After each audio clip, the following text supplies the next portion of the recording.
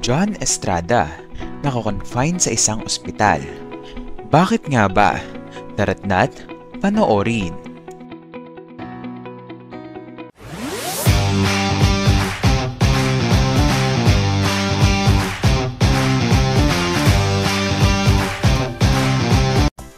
Nakakonfine ngayon ang aktor na si John Estrada sa ospital. Sa Instagram story na ibinahagi ng anak niyang si Kyla Estrada, makikitang nakahiga ang aktor sa hospital bed habang nagbabantay ang anak na si Moira Estrada.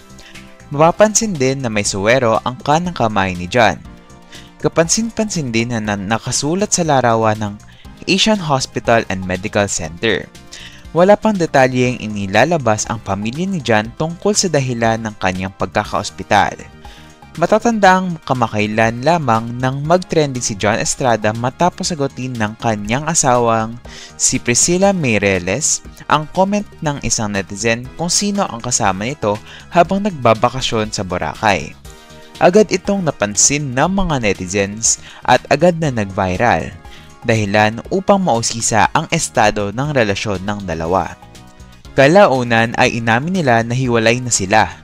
Ngunit tila may iringan pa ring nagaganap dahil magkasalungat ang mga pahayag ni John at Priscilla. Ayon sa opisyal na pahayag ni John, Priscilla and I have mutually agreed to take a break for quite some time now. There's more to the story, but the last thing I want to do is to hurt the people I love. Samantalang kinontra ito ni Priscilla at sinabing, I am deeply shocked and disheartened by Mr. Estrada's recent public statement.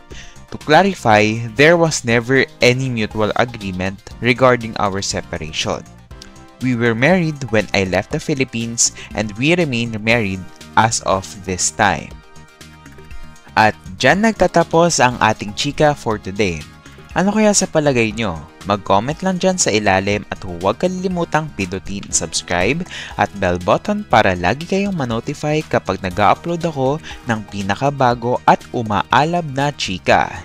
Pakipindot na din ang like at share button para marami pang ma-upload kagaya ng ganitong content.